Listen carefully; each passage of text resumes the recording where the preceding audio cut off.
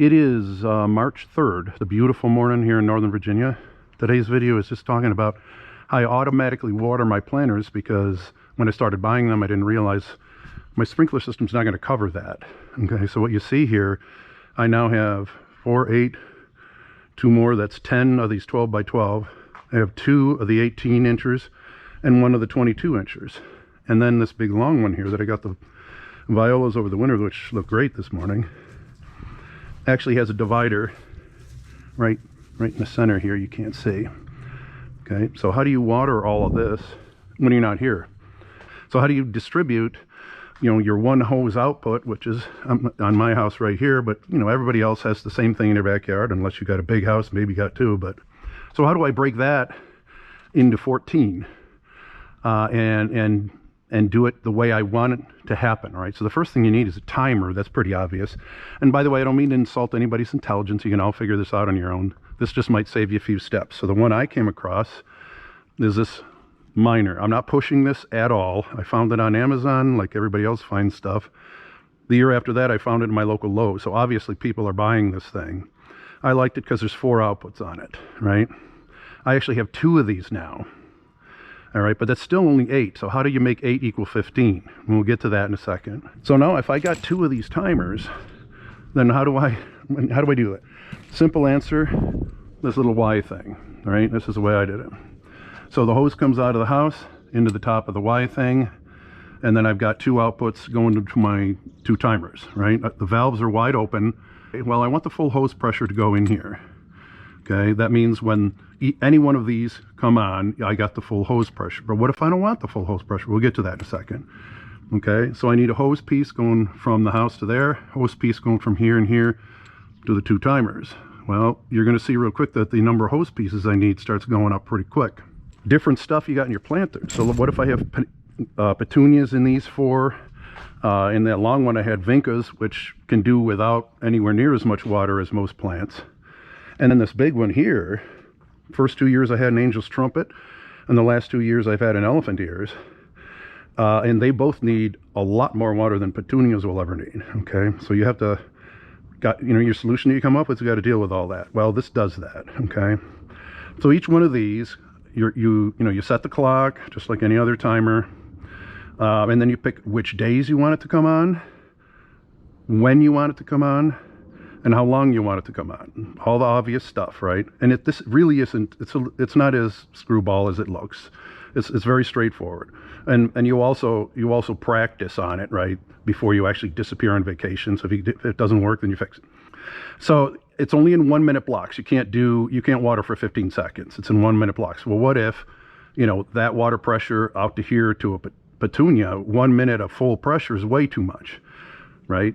That's what you have to think about a little bit, because if you got that pressure coming in here, the soil can't absorb it fast enough, and so just you waste water, just pour over the top. Okay, so the cool solution I found for that is I take this output and I distribute it. What does that mean? That means I get one of these things. So this is a 1 to 4, all with its own valve. Okay, so I have 4 petunia boxes, so they all would about the same amount of water, assuming they're all sitting there in the same amount of sun. So when the timer comes on, say this is 6 a.m. If I had these all full on, this just so you don't get confused at all, if I had them all full on, that means full hose pressure gets split 4 ways. So I get 1/4 of the full hose pressure going to here. For petunias, I don't even need that, so you can turn it down to like, 50%. Just sit there and fiddle with it, watch it live, and adjust it to the amount of water you think your plant's going to need at the cadence that you've got set up for it. And when I get home, it takes me like 15 minutes. I can break the whole thing down. And you can keep your timing settings, right? So one vacation in May, one is in August. So I had petunias as like every other day, 1 minute, but reduced flow, right? Plenty of water, especially if it starts dribbling out the bottom. There's no point in keep pouring water in there. It's just going to be wasted. For this guy, an angel's trumpet really in the worst of the summer really actually wants it twice. So I would give like a few gallons at 7 in the morning, 2 in the afternoon, I'd give it more. Then you talk about hose pieces, right? So like I just said, I need a hose piece from the yard to the Y splitter. Then I need a hose piece from the timer to the distribution. Then I need hose pieces from all of these.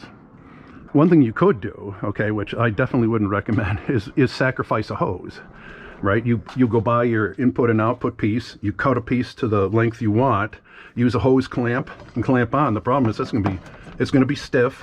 Here's what I found, and this was so perfect. These little metallized hose pieces. See, this one is what, 6 foot? Yeah, 6 foot. Look, just like no kink, no memory to it at all. You can get them down to 3 foot lengths. 3 foot, it's perfect. So all the little interconnects, I just use a little 3 foot piece, and it's, you know, not all over the place. And you can see, I got them all coiled up in this box, all the different lengths I got that I need. It doesn't kink, you know, there's no memory. There's no memory at all. So what I'm going to show you schematically, it's a drawing of how I hooked all these things together, and then I'll have pictures of live in the planter. These are stakes, not intended to be used the way I'm using them, I'm sure. But you know, you run your hose piece into your planter, and just make sure they stay put. You know, I stake them down. Now, if the water's coming out here pretty good flow, which it will, you know, on this planter, this one I actually shot right at the stem of the plant. I did not have a valve in between, so I'm going to get full hose pressure out of this one. Two things, you know, it's going to go, if you have it pointed down, it's going to, you know, blow the dirt around. And then again, you got the same issue, is how fast will the water get absorbed into the planter versus how fast it's coming out, because it might actually go over the top, right? So you have those considerations. They're all solvable. Here's the full schematic of what I have. So you see the Y at the top going into the 2 timers. You see each timer I have staggered in 5 minutes, right? 6 a.m., 6:05, right? So none of them come on at the same time. 6 starts at 6:20 for the second timer. So everybody gets the full blow until I have the 1 to 4 distribution. And you notice the 2 18-inch planters to the Lantana are straight out, and of course the big one to the 22-inch planter are straight out. But that's how I have it hooked up right now. This is just how I had the hose pieces just hanging. The first year I did this, it's just going to get cleaned up. I'm going to have more of those hooks right underneath the landing of the stairs, and the whole thing will just be up there and out of the way, and you won't be able to see it at all.